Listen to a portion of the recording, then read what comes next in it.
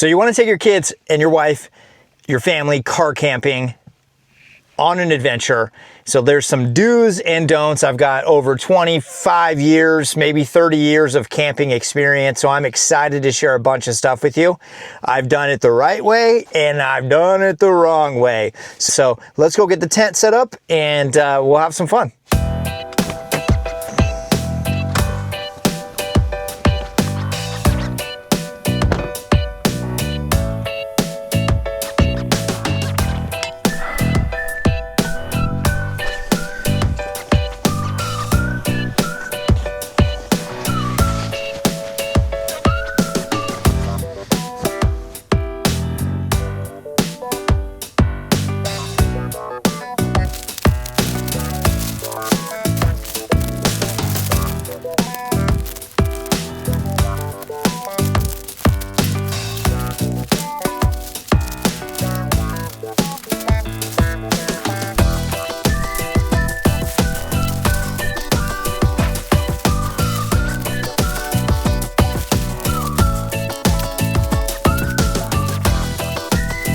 We got the tent set up and a couple things. First thing is placement of your tent.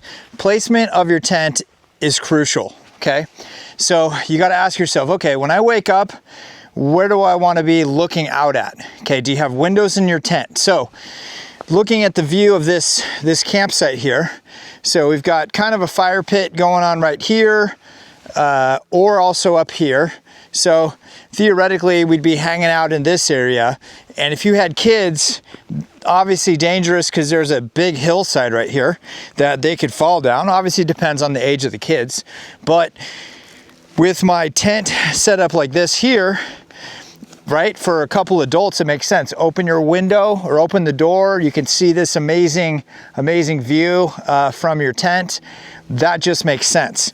So placement of the door. Now, if my kids were here, I would probably have the door facing, you know, this way or towards the truck this way right here, right? It just makes sense to do it that way, okay? So that's the first thing, tent placement. Now, the rain fly depends on summertime, wintertime, your climate where you live. I like to have this on because it's real cloudy right now, quite cold for a June day, and it could start raining any second. So definitely want to always have that rain cover on. Now, doing these tie downs, it's fairly windy. I'm not really worried about the tent blowing away once I get my gear inside, but keeping these things tied down to stakes and things. This is a big one here because of the vent right here. So if you don't want to wake up with all of your stuff wet from condensation, think about it. It's colder outside, warm on the inside. Think about your bathroom windows, right? You take a shower, super hot, all that steam turns everything wet, and even the wall feels wet sometimes, depending on the fan you have or whatnot. But kind of the same concept here. If you don't have that ventilation, even though you might be cold, it's better to have these things pulled out right here so that airflow can get underneath. So you're less likely to have a bunch of wet sleeping bags and wet gear. So definitely something to think about. This is a full-size cot right here. To show you how fast and easy these things are to set up. And the advantage is you're off the ground. The disadvantage is this thing is really heavy. And not like I can't pick it up heavy, it's just awkwardly heavy. And having 4 of these things is quite heavy for a load. Okay, so right there. And then we've got our 2 stability bars. Okay, so these will go in here.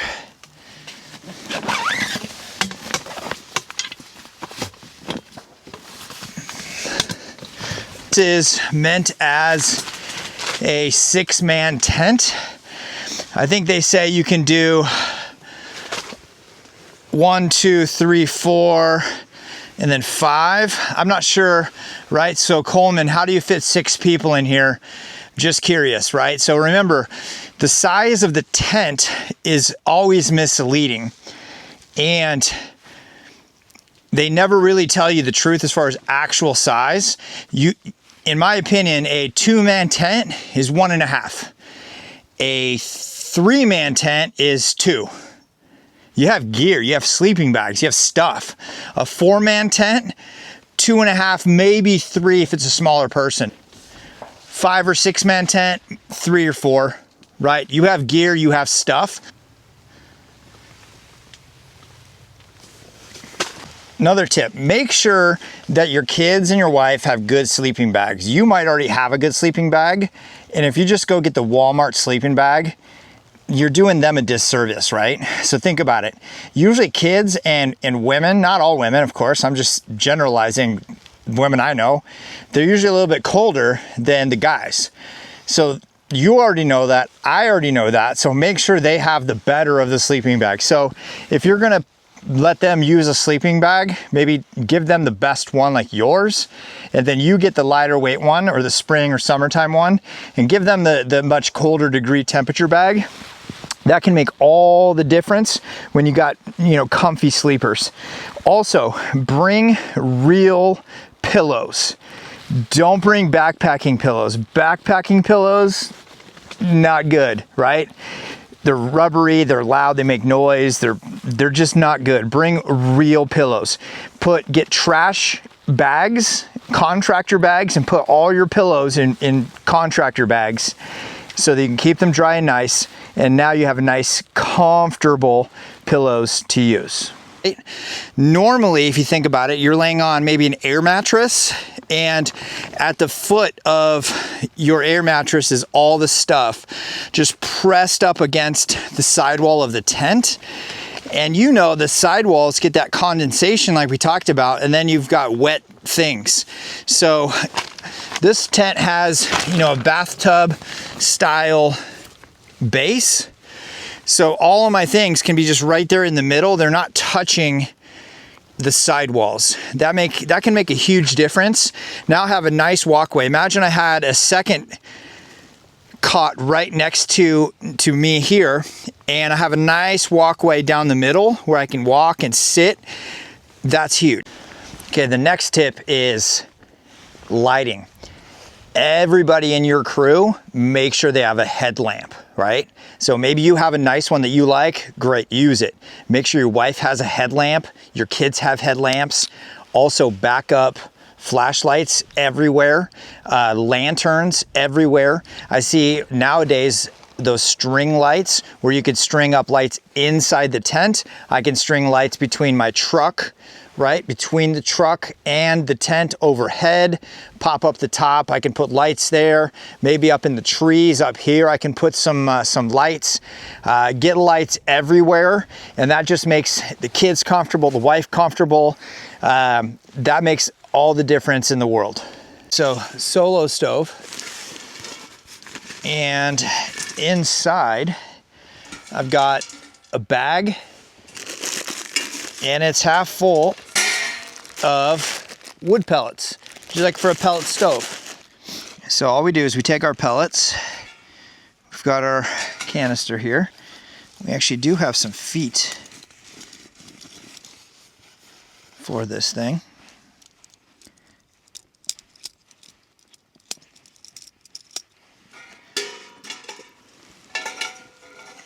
Sits up off the ground a little bit. We take our pellets,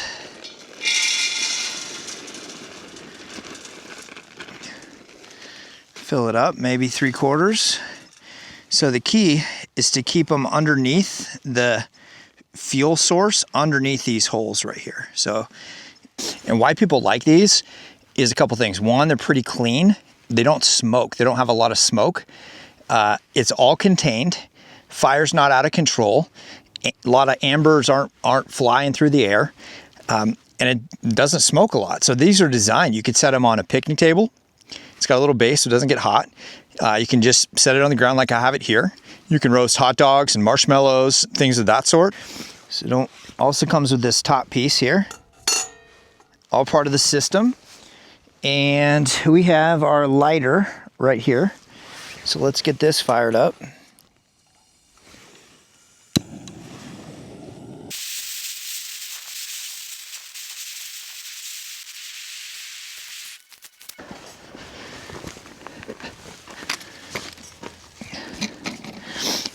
Another thing is get some extra chairs, okay? I don't think you can have enough of these folding chairs. They have those cool rocking chair style ones now. You can get the ottoman, the footrest. Kids, they're gonna spill stuff on the chairs. It's gonna get wet. You might break a chair. Have extra chairs. Other people come over, hey, come on in and grab a seat. They don't have to bring chairs, you got them covered. Chairs are lightweight, easy to pack in a truck or in an SUV.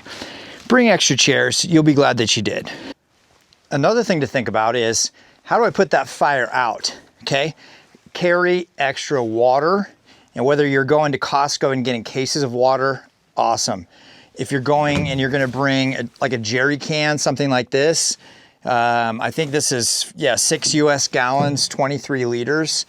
Has a nice nozzle. You can set this up in the back of the truck, in the SUV, and you can set it down here and always just have extra water for cleaning dishes, washing, whatever you gotta do.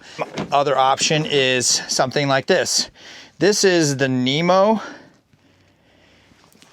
Helio LX pressure shower. So kind of a cool setup here, and it has a water nozzle right here, and then you fill the top reservoir right here, and I forget how many gallons this thing is, 5 or 6 gallons maybe, but it has this pump right here. So if I can set this up right, we're gonna unlatch this. Here we go. And all we do, we put this on the ground and we pump this up. And it's pressurizing that bag right here.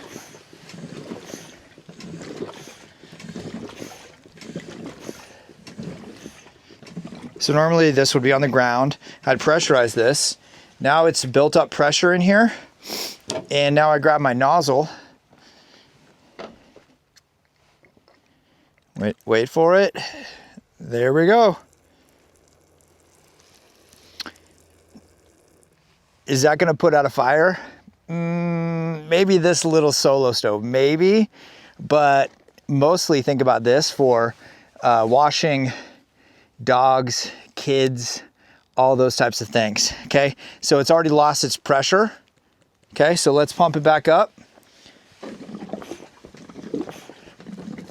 So when you go to the beach, think how nice something like this would be at the beach when you got sandy shoes, sandy feet, sandy sandals, all those things, right? And here we go. Washing the dog. Oh my gosh, it's like a dog wash. How money is that?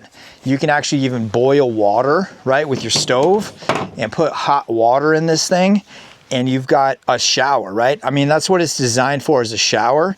So think about on the side of the truck here, I have right here, and you could actually rig this through right here, rig it through so it hangs out the Molly side panel here, the coolant rack, and you've got a shower. Put some warm water in here, you're good to go, right? So anyways, that's the Nemo shower.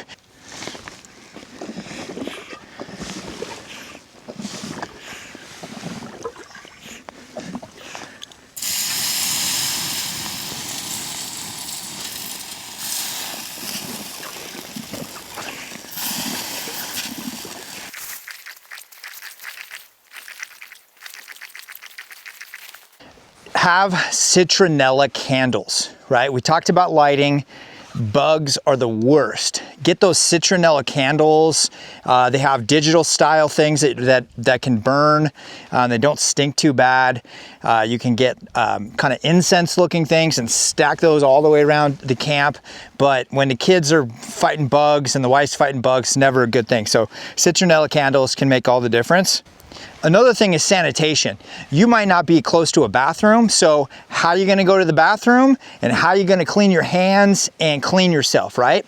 If it's a weekend, 1 or 2 days, you figure something out. But you gotta plan ahead when you've got kids, right?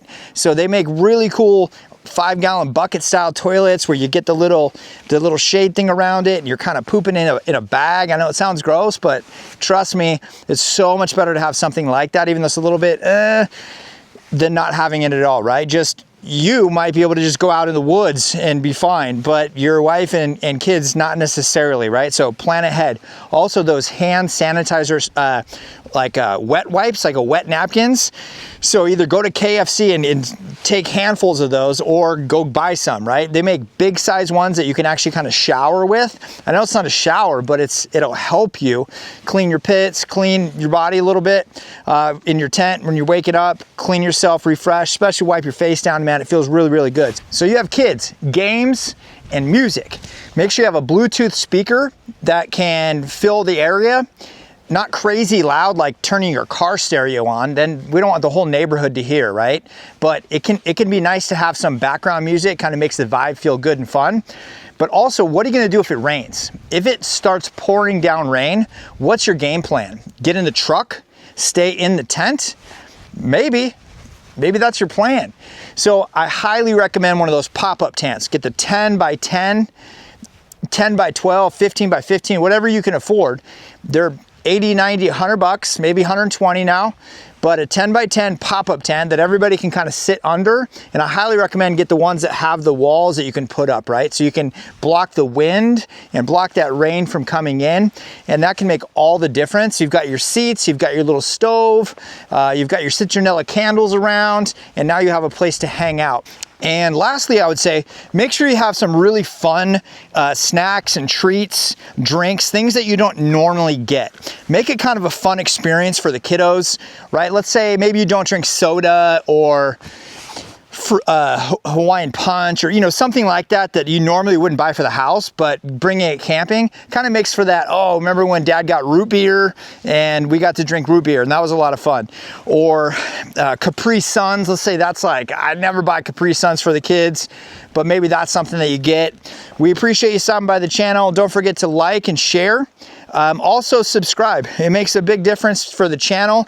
It gets views out there when you like or when you comment, and we're growing and we're excited to bring on the next adventure. We'll talk to you on the next one.